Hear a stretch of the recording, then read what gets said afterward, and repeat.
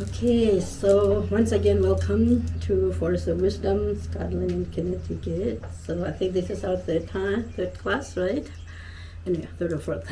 Anyway, so welcome and thank you so much for coming. And so what we are doing, is 37 practice of Bodhisattvas. So if there are some are new, right? So I'll give some, brief background. What is this text? What we're doing? We are studying. It's like a classical text. It's called 37 Practice of the Bodhisattvas, and which has 37 verses, main texts, which were written by a great meditator, practitioner of Tibet, by the name of Gyaltse Tokme Zangpo. You can hear me well? Okay, good. So he was the great practitioner of compassion and wisdom who have benefited with so many beings coming from like a 13th century, 14th century. And his teaching is still very, very much alive in many different, society, like Tibet, Himalaya, and then now in the West.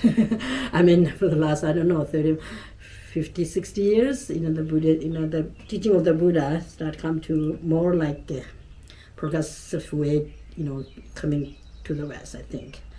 In the past, mainly in Asia, and then the teaching, the way, what you call this, the 37 practice of the Buddhist way of life, which is very much, like rooted in the Tibetan culture.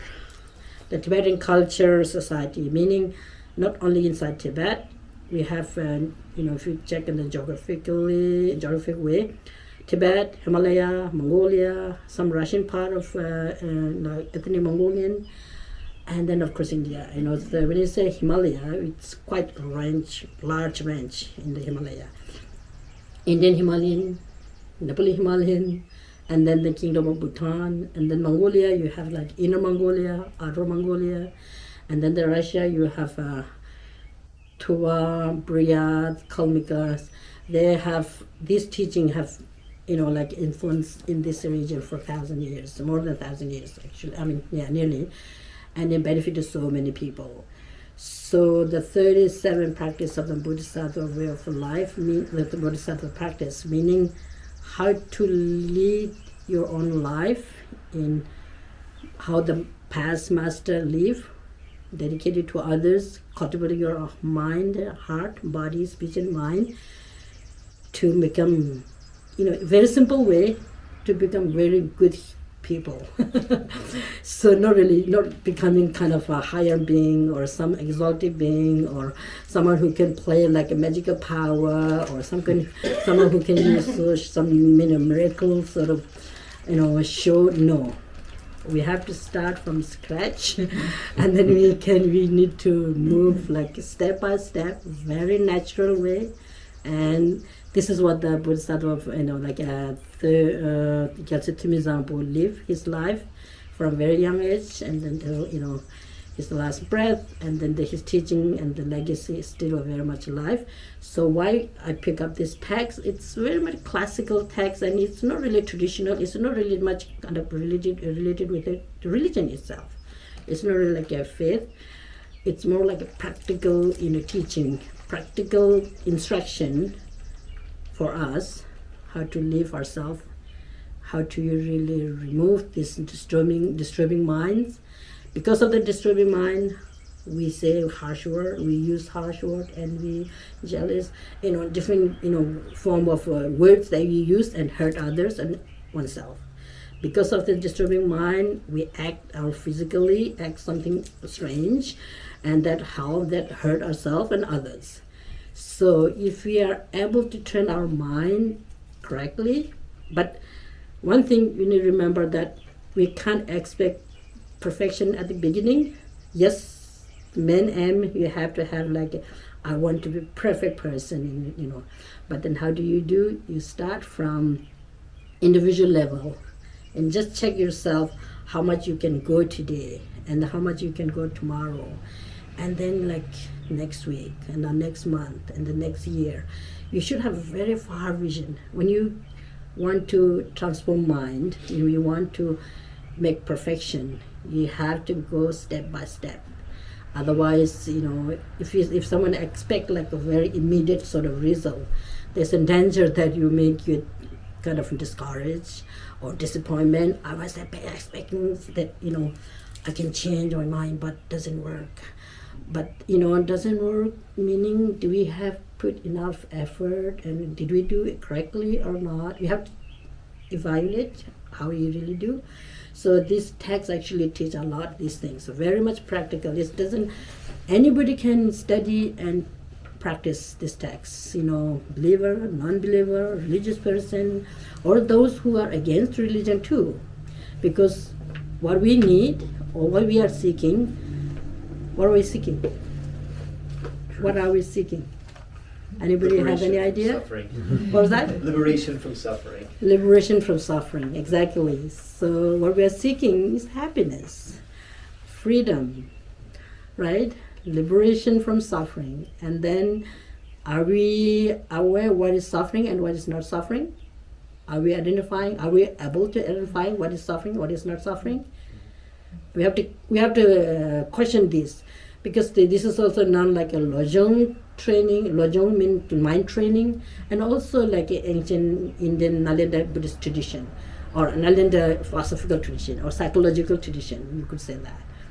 And we have to do a lot of analyzing. I don't want to suffer continuously, but then how can I rid of that? How can I really recognize? When you're saying free from suffering, I want to rid of suffering, but then you need to recognize what is suffering. Are there how many different levels of sufferings are there? And using our own life as an example, or yes, I get suffering. Getting headache, hungry. When you are hungry, you need food. When you have a headache, you need Advil or painkiller. I don't know. These are very gross in a way, but suffering is suffering is change, and then pervasive condition suffering. These are main three, and then you could have another suffering, like 8 types of suffering, 9 types of suffering. All what we need to do is we need to recognize suffering as suffering, and then which is I don't want, and how can I really rid of that? And how can you rid of that? Anybody have any answer? For example, take like this. I have suffering, and then taking like this and put it in the garbage bin. Can you do that? I wish it was that easy. No, I'm just joking. I'm checking. Can you do that or not? No. So how can you do? Again, it's Sure. a practice. Yeah, practice. So Walk before you can run. to apply the right antidote. Noble Eightfold Path. Exactly, following the path, and identify the suffering, and then if you don't want suffering, Buddha said, I can show you the path. How do you get freedom? How do you get achieve happiness or free of suffering? He can show you the path, but I can't take your suffering or the origin of suffering. I can't clean up with my hands, right? And I can't transform my happiness to you. What I can do is I can show you how to rid of suffering and the origin of suffering. So that's the statement of Buddha have given, and then what he showed, an example his own life. When he was at the castle, in the palace, where you have every luxury, every possible thing that you need, he had.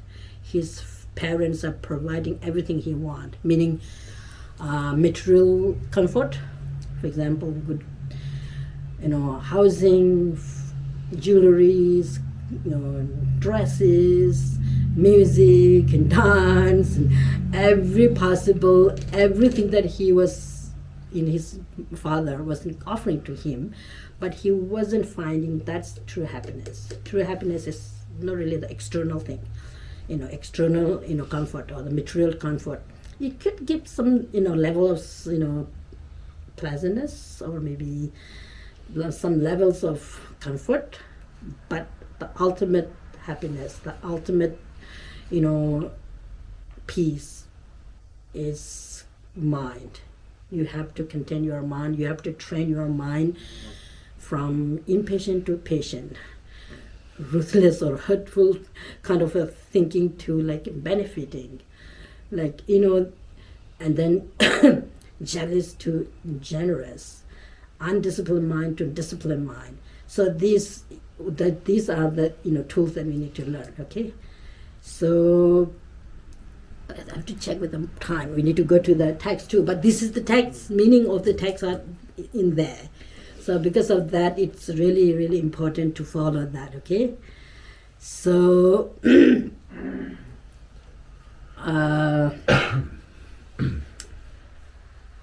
because you have new people, I need to explain a little bit. The first two verse. Everybody got this text. Oh, you'd like to have copy? Doesn't I? I think what is your name? Hillary. Hillary. She's new, so she needs a copy. May I have the text? Yes. Oh, sorry. Oh, yes. Okay. Sorry, we should have asked earlier. So those, yes. Okay. Raise your hands.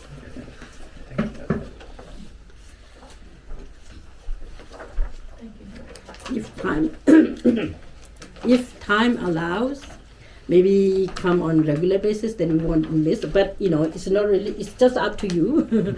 If time allows, if you come on regular basis, then we can complete it. I'm planning to finish the whole text, end of July or the beginning of the first week of August, because it has only 37 verses, and sometimes we can rush, or sometimes we can go a little more elaborate in explanation. So and the first two verses is actually it's a paying homage. The first verse is actually paying homage, and then the second verse is actually the author is promising that he's going to complete to write the text, and why he is promising.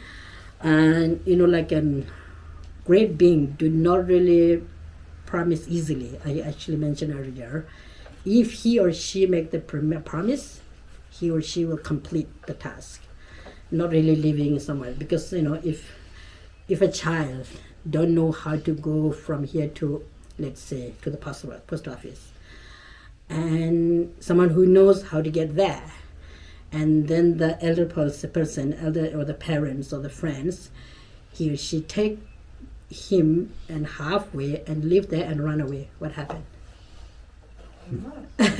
Trouble, right? We put this child in trouble, right? Because he or she don't know how to get to the post office. So if someone make a promise that I want this person take to the post office, the good being, a mature being, do not really make promise easily. Once you have made the promise, he or she fulfill what they planned. So because of that, the verse that promising complete to write that text, that's why he made it. It's very much kind of most of the classical texts have that homage, the verses to homage to the object, refuge, protection protector. It's known as triple gems, Buddha, Dharma, and Sangha. Have you heard that? Yes. Okay, good. So if there's any new people who haven't heard this, Buddha, Dharma, and Sangha are the three main protection for us. Protection from what? Protect from what? Protect from danger. Danger here referring to the negativities of your mind, body, and speech. So how can they protect? They won't be able to transfer their realization to ourselves. They won't wash away our dirt. They will show us. So this text, explain about this, how do you really do this. So the first two verses, if you read, it's more like a self-explanatory in a way. but there are certain things that we need more detailed explaining, and it has some commentaries, and most of the commentaries I have found is in Tibetan language. I haven't found one in English yet, but it doesn't matter. And then the first verse, the first two verses, it doesn't count to the main text. It's more like a preliminary, paying homage and then promising. And then the first verse, which is, can you see, everybody got the text, right? Good. So the first verse where you have say, and there are different translation there, but the meaning is same, okay? Having gained this rare ship of freedom and fortune, hear, think, and meditate unwaveringly day and night, in order to free yourself and others from the ocean of some cycle existence. This is the practice of bodhisattvas. So this is the first verse. Okay, here I will explain a little bit what does it mean. Having gained this rare ship of freedom and fortune. And another translation actually slightly different. And this one, it has like both Tibetan and English, but it's the same, okay? Now that you have obtained this precious human body, this is the other translation. It's the meaning, this is similar, quite similar. A great boat, too difficult to find. Our precious human body using as a boat. If you want to cross from an ocean, from this side to the other side, you need boat or flying or train, I don't know, whatever, things that you need to cross. In order to be able to cross ocean of samsara, here what is say ocean of samsara, meaning ocean of suffering. And we have so many suffering. Ocean means there's so many suffering. But the thing is, you need to understand that there's so many suffering on why you're talking too much about suffering. I'm suffering already, so I don't want to hear anymore. Some people may think like that way, right? You need to hear this. Having suffering sometimes is helpful, recognizing it, and then it build up more confidence how to challenge it, and then it gives us some opportunity to look at what are the causes of suffering. Why these causes? Not really external. I mean, there are maybe external cause to suffer. Maybe one person, or maybe not even one. Then causes of suffering is actually within yourself. What are they? Ignorance, jealousy, hatred, aversion, jealousy, competitive mind, envy. These are, because of these, we suffer. And then if you check inwardly more deeply about how these disturbing emotions really disturb you, how these disturbing emotions throw you into this ocean of suffering. If we realize what is happening inside, then definitely we find the genuine happiness slowly. And of course there are the external some factors that external thing actually only stimulate to get this information to you within your mind through this, by hearing not pleasant sound, seeing ugly sort of object, or maybe touching some kind of rough sort of touch object of the sensory object.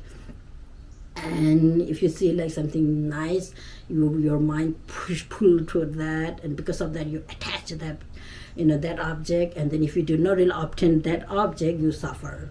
And then if you see something like unattractive thing, and you say, I don't like that, and you push that away, no matter whether it's a human or animals, or table, these things, they don't have mind, they may have no really feeling, so it doesn't much matter. But of course, you have so much attached to the table. If someone taken away, you will get angry, you will get challenged with that person.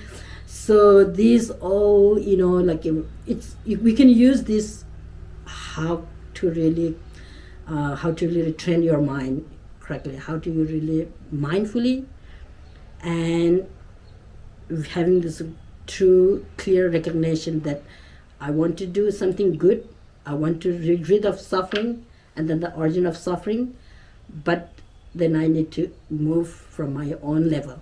Okay, so ocean of suffering, why I was saying there are some people I heard in the past, Some people, they don't want to listen, too much suffering. I personally have some experience with that friend, actually. Maybe it's good to share with you.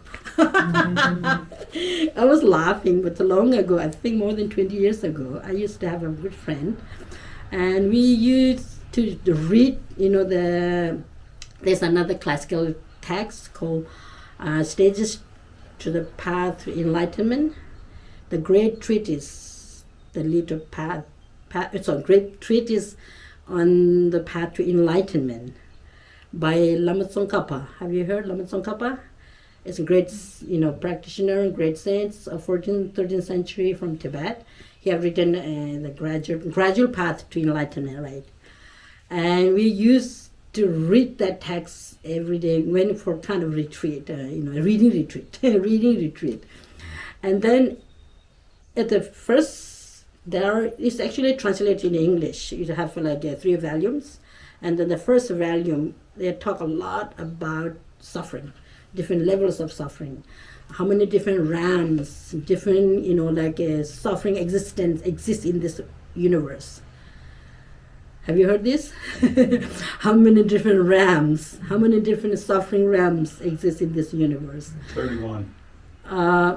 Let's say first 3. And then you can subclass, the subdivisions could come later. So first there are 3 meaning desire realms. Maybe good to learn this. Desire realms, form realms, and formless realms. Just to get what are there. What was the second one? Desire realms, Yeah. form realms, FORM, form. Yeah. And then formless realms. And then within the desire realms, you have human, gods, animal, hungry ghosts, demigods, and then hell realms, okay? And hell realms, have you heard of hell realms? Yes. Hell, okay, hell. H-E-L-L, hell, right? And then this text are given so details about the hell realms, how they suffer. There are 18 different types of hell realms, and how they suffer like a hot. Someone is burning in a fire. Some are actually like a frozen in a frozen, like a ice. And it's talk a lot about this kind of sufferings are there. And we were reading this, and then she was not ready to accept that. And she said, why we are talking all this? It's just threatening us, it's just scaring us, it just give us like a frightening us. It wasn't, she was not ready to accept it. And then, I was just arguing her. It doesn't mean you are in there, but there are living beings, in this condition. If you just imagine, if you are in this condition, what will you do? I was just arguing with her, but she was really upset with it. This looked like just threatening us, just trying to manipulate me to get into this. I don't know whatever this is going in her mind, but you don't have to think about that something completely not really connected with us. You can just see on this earth, within any human beings, forget about animals and others, within the human beings, so we are the most lucky people, I think. There are human beings who spend almost 24/7 how to hurt other people, right? There are people who plan completely, or maybe external kind of force, or maybe voluntarily, how to kill other people.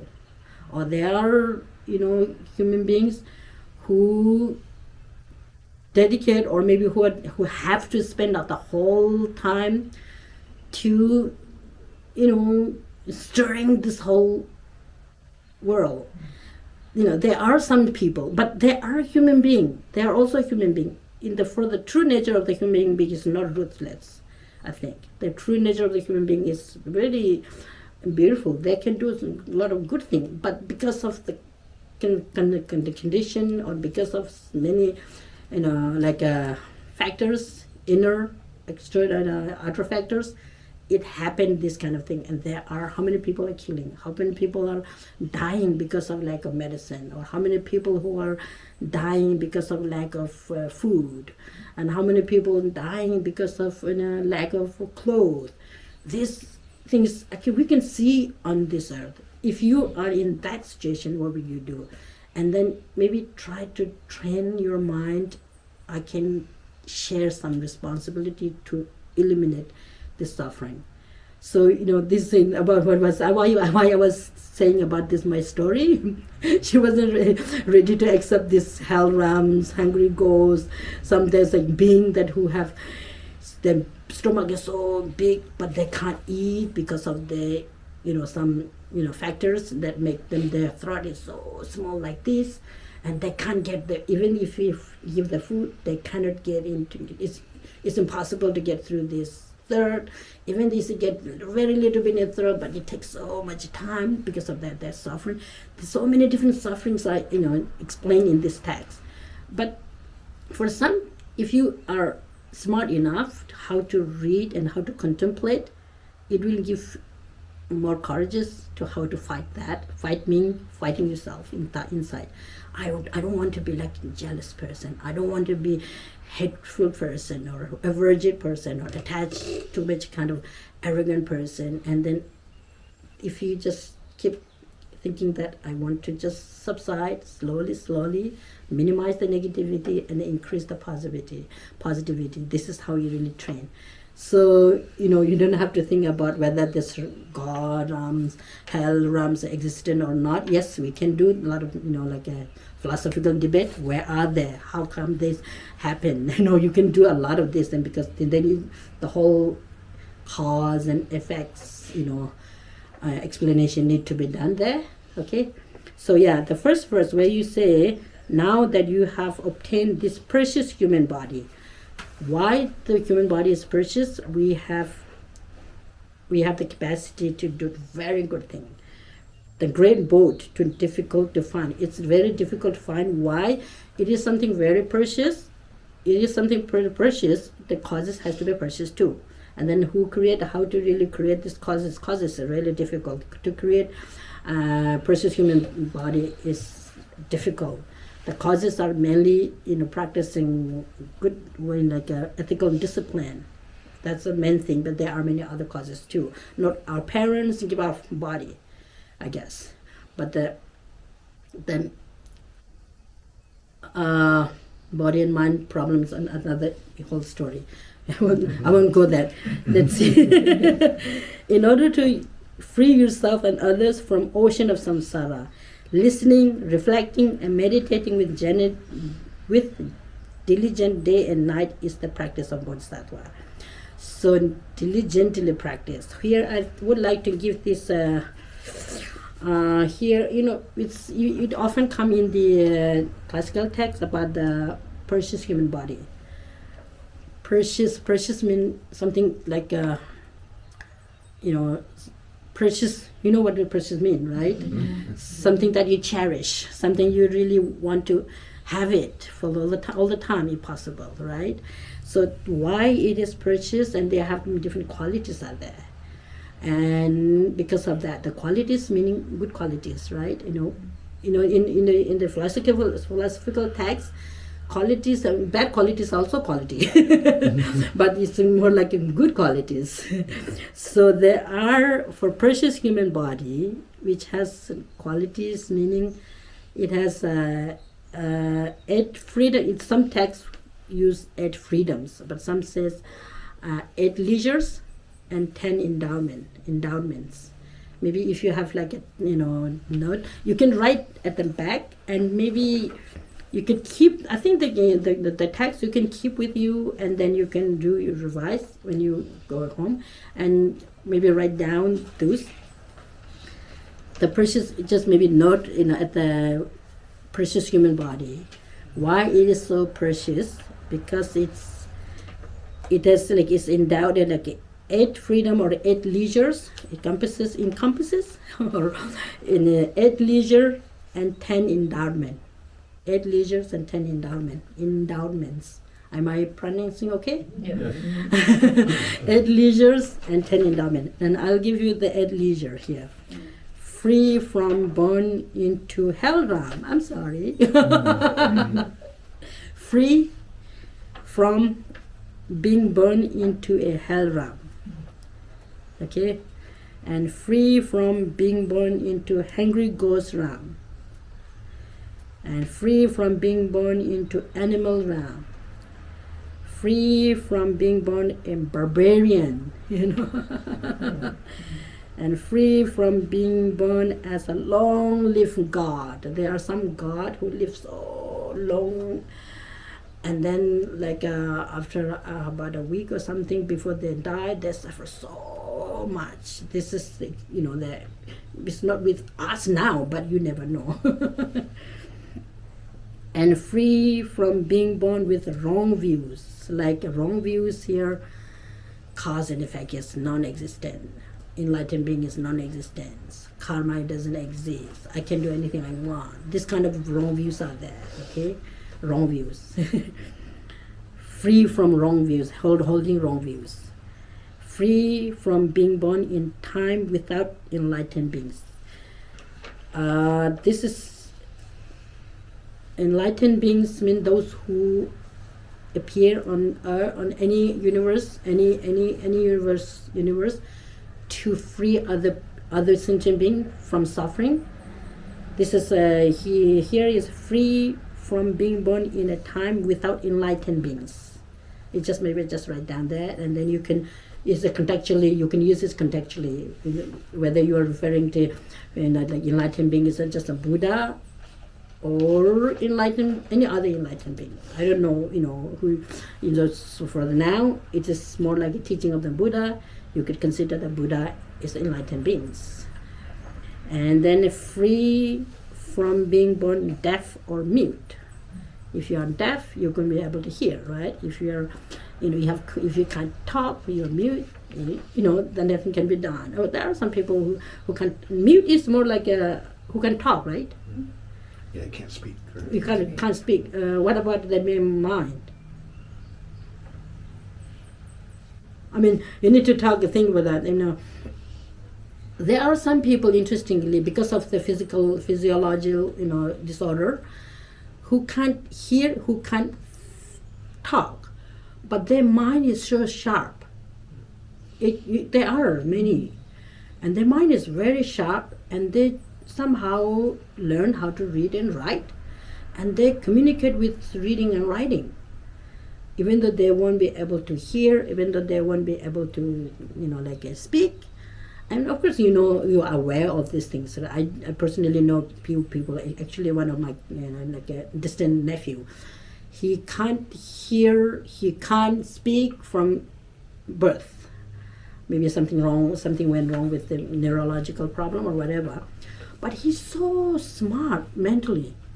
He can do so much good thing. He can benefit so much, the others.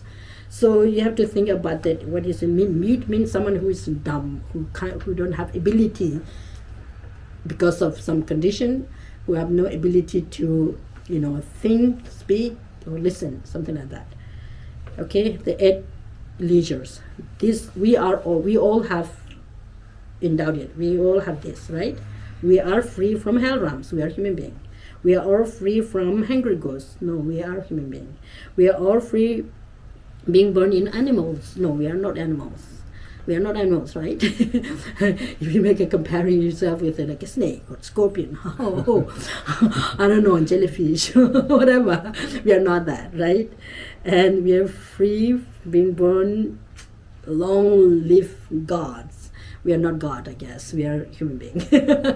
And we are free being born being born in a time without enlightened beings. We are not. We have enlightened being in this world now.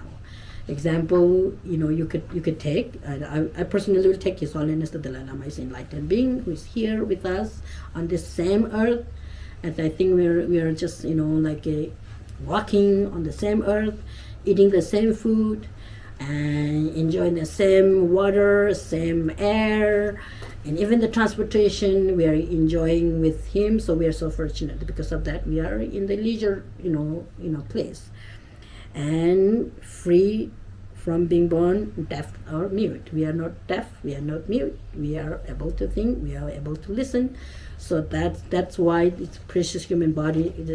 That's what it makes precious. That's the 8 leisure, and then 10 endowment. I think it's good to get this. It's a lot of numbers. It's okay. expand our knowledge. That make our mind open, and then, like, open in all direction. Widen our knowledge is very important. If you are widen our knowledge, and then we are ready to challenge any difficulties come, to fulfill your own wish, your own goals, and others' goals. Right. So the 10 endowments are having been born a human being. Number 1. Okay. Being born a human being. And then that's actually classified in 2, but I'll just go in, it's actually 5 endowment found within yourself. I'm sorry, maybe make the classification. It has a 10 but 5 set, in 5 sets. The first 5 set is the 5 endowments found within yourself. Having been born a human being, number 1. And number 2, having been born in a central land or central region. Some people central land and central region. What does it mean by that is wherever the teaching of the Buddha is available, that's a central land. This is what, but if you go to like some kind of complicated debate, there's some debate in the text. Some people think Bodh Gaya is the central land. Have you heard the Bodh Gaya? Bodh Gaya is in the state of Bihar in India, where Buddha appeared. Buddha was born actually not in Bodh Gaya, in Kapilavastu, another place, but where Buddha achieved full enlightenment, and then went to Mahaparinirvana. It's called sacred site, and in some classical texts mentioned what is central land, what is not central land. Here it says like a central region or central land. Okay, where was that? Yeah, having been born in a central land. For now, I would say where the enlightened Buddha's teachings available. That's central land. And we can create our own central land. If our mind is free from attachment, aversion, endurance, we are in our own central land. We can each one of us can create our own central land, because we all have the capacity, we all have the potential to become Buddha, to become completely awakened. When you become Buddha, when you are completely awakened, the whole surrounded also become pure. So because of that, the central lens again. Okay? And then being engaged with a proper lifestyle that does not conflict with spiritual practice. Number 4, being engaged with a proper lifestyle that does not conflict with spiritual practice. The 5 which is found within yourself. There's no conflict within yourself. Meaning, when our mind our wisdom is really sharp, and with the wisdom that's sharp, quick, fast, if we cultivate this kind of wisdom, we won't, we will be able to see that anything that appears, anything that you can hear, you can transform into, teachings, like guidance, instruction. Having faith in the sacred teachings, that's within yourself. Having faith, you need to make this distinction between here. What does it mean by faith? Faith have a different kind of connotation here.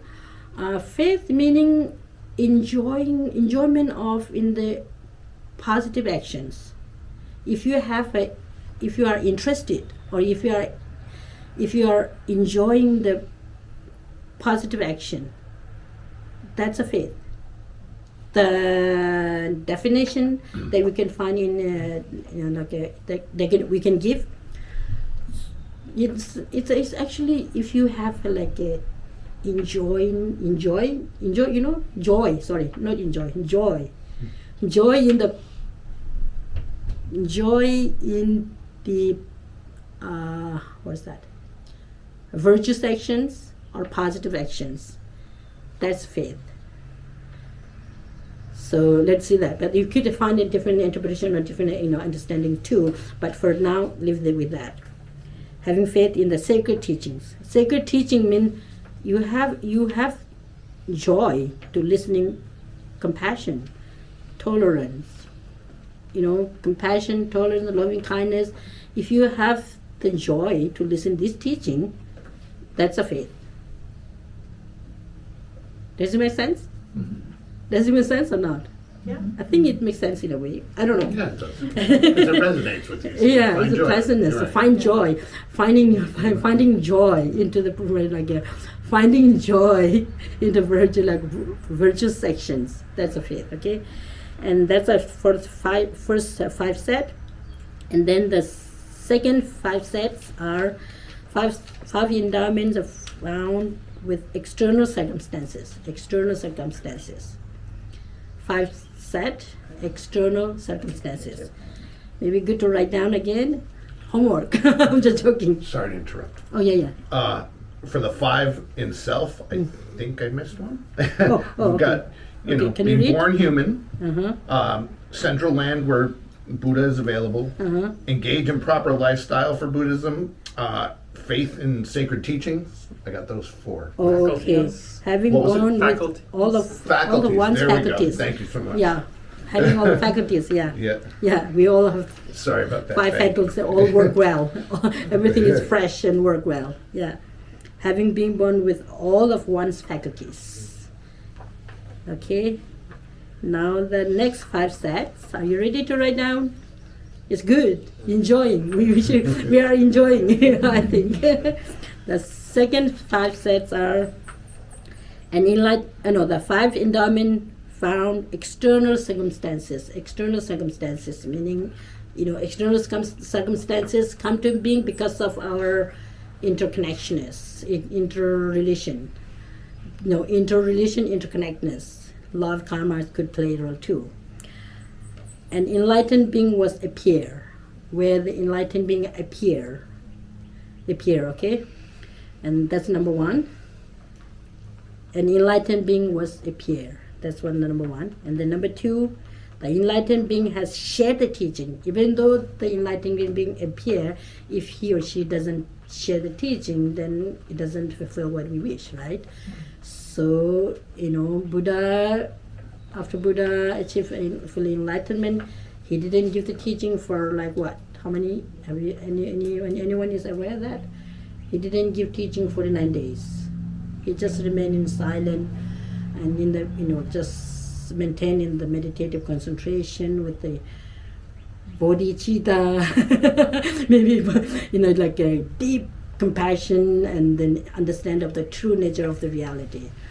And he didn't give teaching for like 49 days. And then there are human gods and goddesses who request him to teach. Please share what you are experiencing, what you have achieved. You have found the true nature of life. You discover the true nature of life, true nature of your mind. How did you do? Please share with us.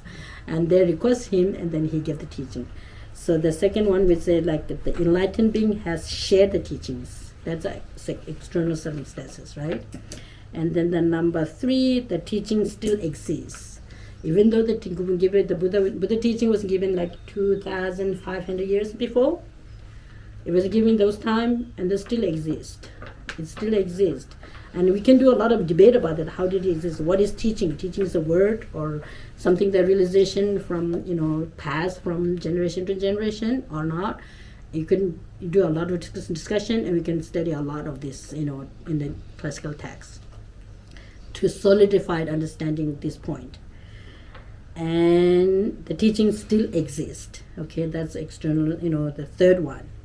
And then the fourth one, the teaching are practice, not just exist, meaning the teaching is teaching, but if you have to have the people who can practice, the follow the teaching, follow practice, meaning you have to apply into day-to-day life.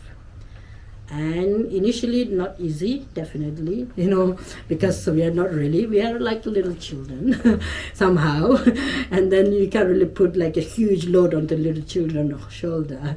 So you can just act according to our own capacity. We can act our own ability. You can't expect something that happening immediately. So perfection comes gradually rather than quick. And then number 5, there are those who are kind-hearted toward others and share the teachings. So I think we have them. We have many enlightened teachers around us. So these are the verse number 1, where it says, "Now that you have obtained the precious human body, the great boat, too difficult to find, in order to free yourself and others from the ocean of samsara, listening, reflecting, and meditating with diligent day and night is the practice of the Bodhisattvas." So this is the verse number 1, and then just give this why the human body is so precious, and this is the qualities, the 8 leisures and 10 endowments. You need to just check ourselves. These qualities that exist, these qualities are really, within yourself or not. We have, right? I think so. We have. And then let me see. We have half an hour. We should go do a little meditation too. But we like to do a little meditation and dedication, or you want to move the next verse? It's up to you. I mean, I want to just get how you're doing with that. I would like to understand more about the 5th after the practice, teaching, and apply to day, and then you spoke of the last. Which one? After that, after the 5th of the external circumstance. Oh, okay. You want to a little more elaborate? Just if you would just touch on that last piece. The last meaning 5 endowments found within external circumstances. Yes. And then there are the list of the 5. Yes, the 5th one. Oh, the 5th one. Kind-hearted I see. Oh, okay. There are those who are kind-hearted toward others and share the teachings. That's external, like endowment. Do we have or not? That's what your question, right? Mm. Oh, okay. What do you think? I think we do. Okay. I think we do too. Because we have a teaching and the teachers around us, who have, dedicated for others. These teachings really benefit in a way. And so I think we do, right? We're here now. So yeah. we are all. What do you say? I'm here learning. At the same time, I'm sharing what I learned, like for many years. I studied quite lengthy times, definitely, and then under the guidance of many enlightened teachers, His Holiness the Dalai Lama and many other teachers. And this teaching, the more I learn, the more I feel like I don't know anything, but I'm so kind of. What you say? I'm enjoying all the time the listening, teaching, and then also sharing is also like something that my joy. So we are friends. Initially, we are all friends, and maybe I'm little seniors than you, so that I can teach you and what I know. So that the 5th one, I think we do have, because we have the teacher, and then some of you have met. He's actually my first philosophy teachers. Geshema. And I think the day I left Dharamsala, I went to see, in his room. He was in Dharamsala in Namgyal Monastery. Have you heard?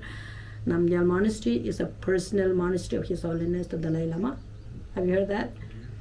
And one young monk or lama, in Tibetan tradition you call lama, from my homeland actually, from Ladakh. He's actually staying in the same room where, Khyentse Rinpoche was staying. Interesting. And I went to the main temple the day before, I think the day I left, went to the temple, and then I went upstairs on the temple because my 36 years in Dharamsala, like how many times I went to the temple to listen teaching, pujas, classes, all this. And then I just saw his, like the young lamas. He's only, I think, 11 years, quite young, famous reincarnated lama, okay? It's important lama. And I just saw his attendance there. And he said, "We'd like to come for a tea." Why not? Because he's staying in my, my first philosophy teacher room. So we just went to there, and the room is, exactly the same, almost the same, the walls, the kitchen area, and then the bedroom, and then the living room, they haven't done any, renovation outside the wall, but inside it's slightly changed. When Rinpoche was teaching, the wall is just a concrete. There's no wood. Now they have put a wooden thing, and slightly, renovated inside, but exactly the same. Exactly the same.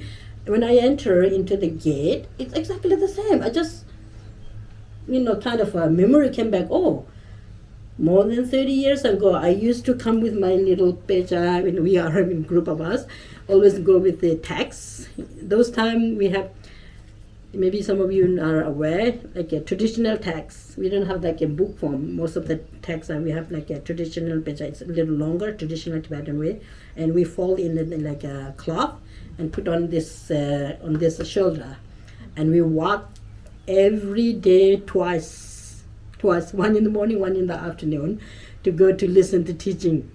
And Rinpoche taught us like 6 years, I think, little bit more than 6 years, 91 to 90 actually, 90 to 95, 6. And we every day go to the teaching, and then we have many other teachers who are really compassionate and ready to share, not only just teaching, but also giving a lot of advices how to live yourself like in the right life, and what kind of motivation you should carry when you're studying this philosophical text. You have to have very long vision. And then other subjects like learning, physics, science, medicine, like cosmology, what was called astrology, like languages.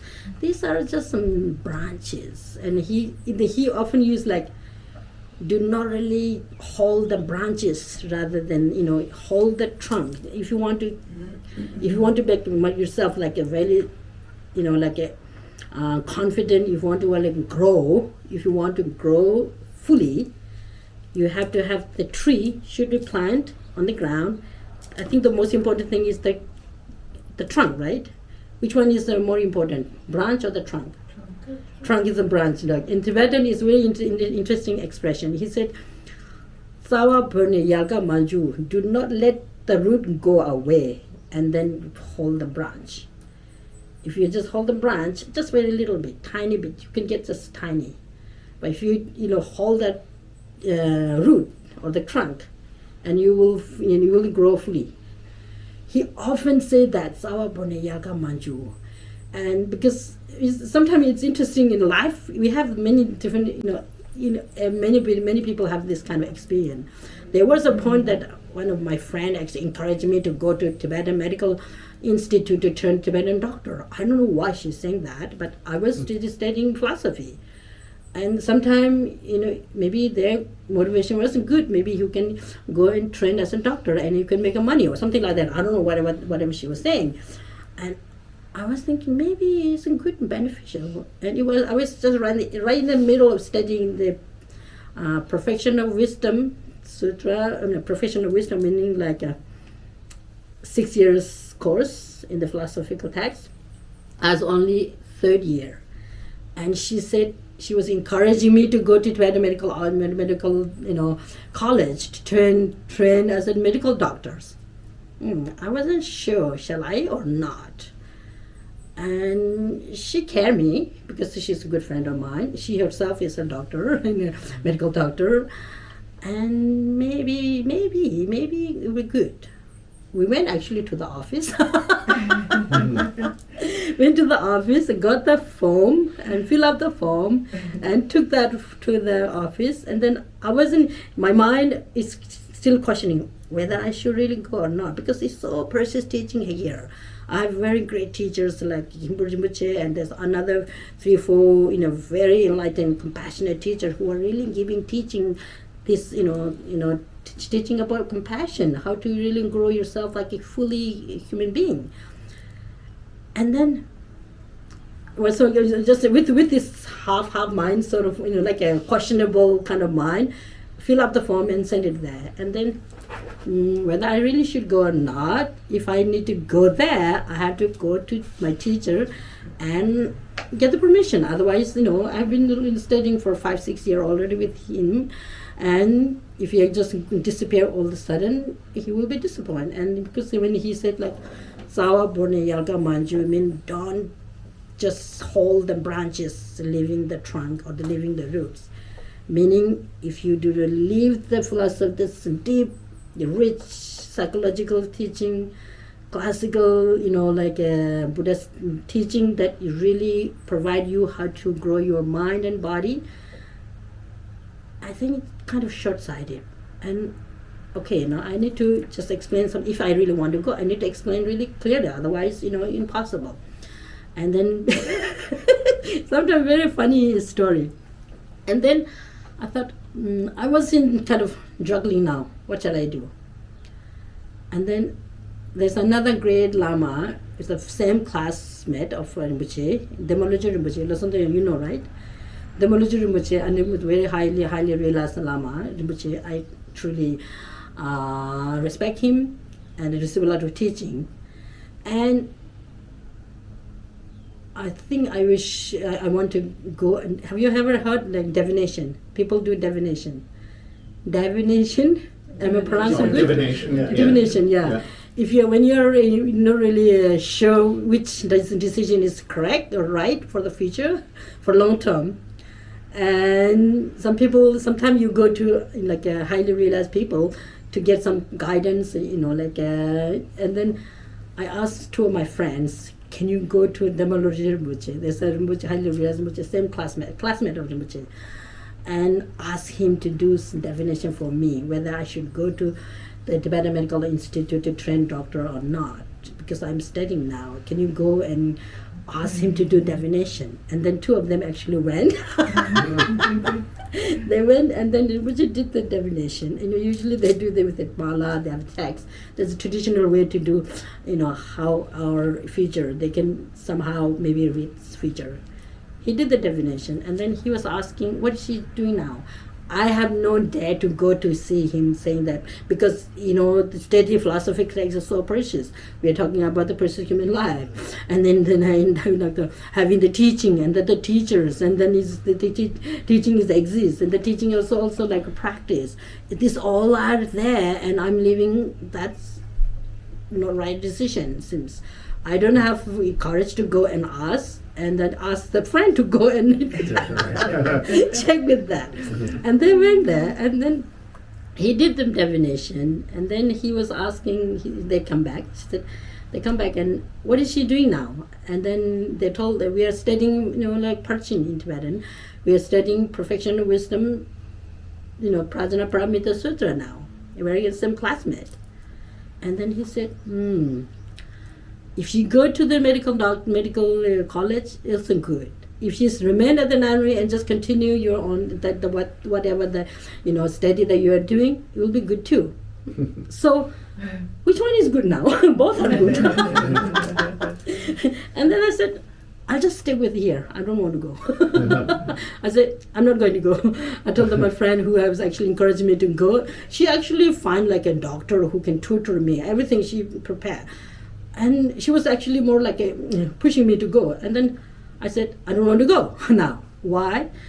I think I should continue what I'm doing now. So why I'm sharing this, these are really precious, teaching and the teachers.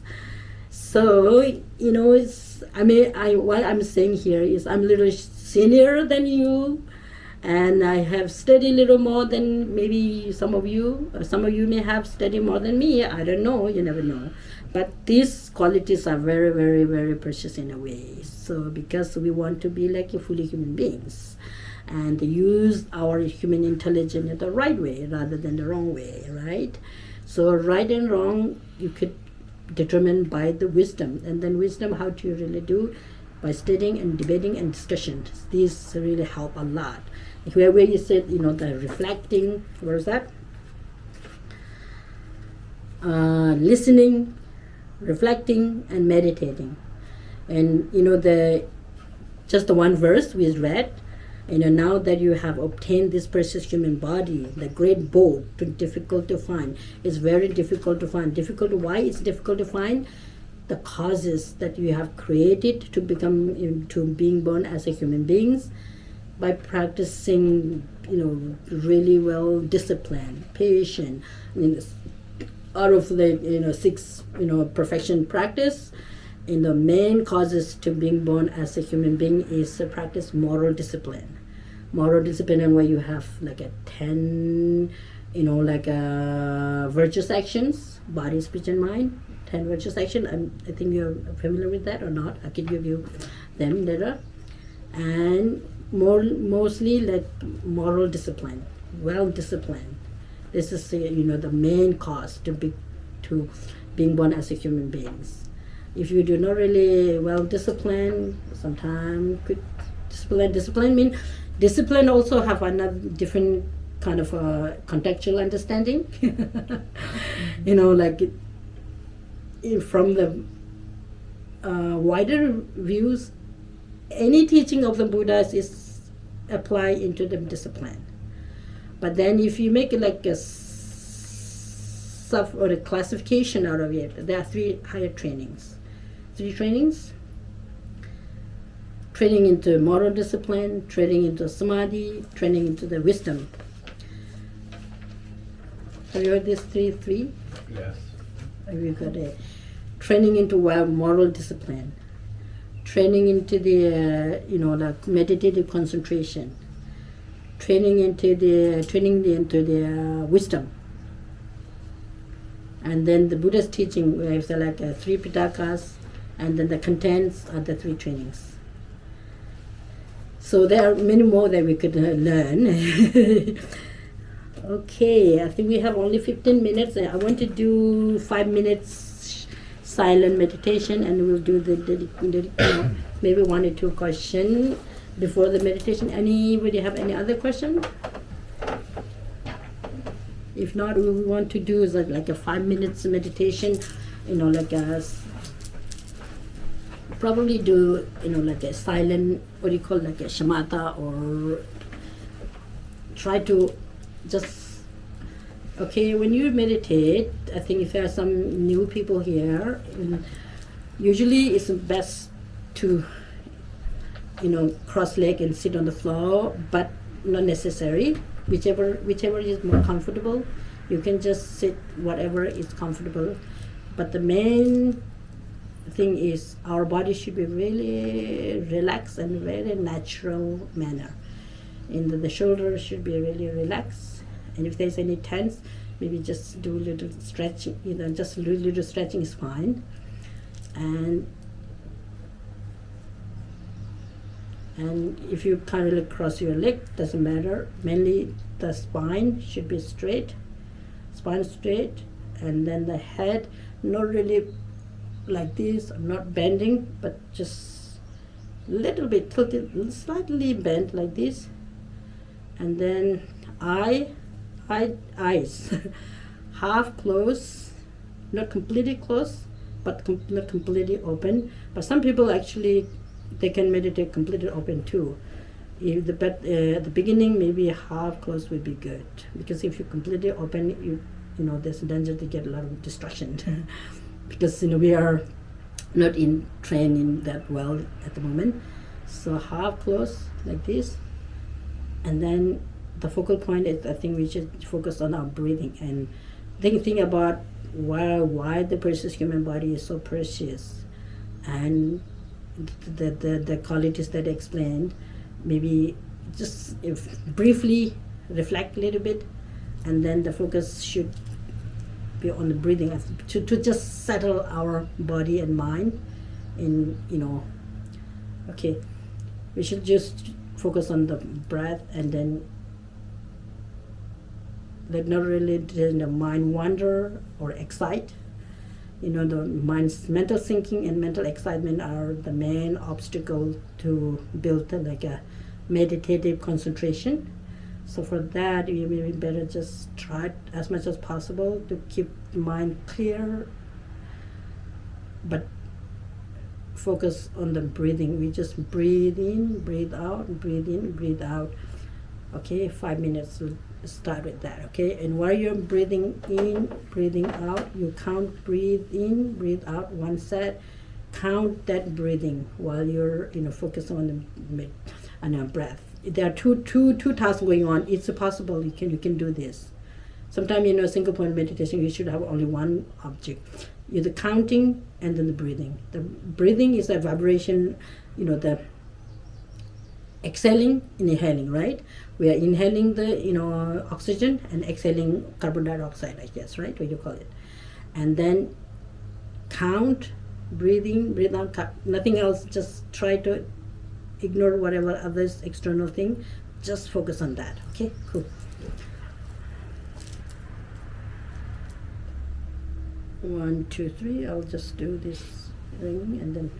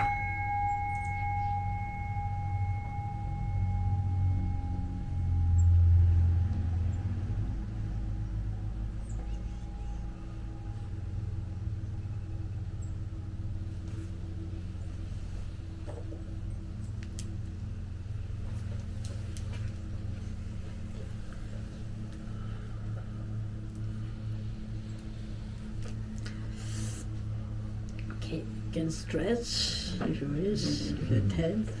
Our body is very important to be really in a flexible way and healthy and happy. Body and minds are always interacting each other. And okay, so we have 5 more minutes.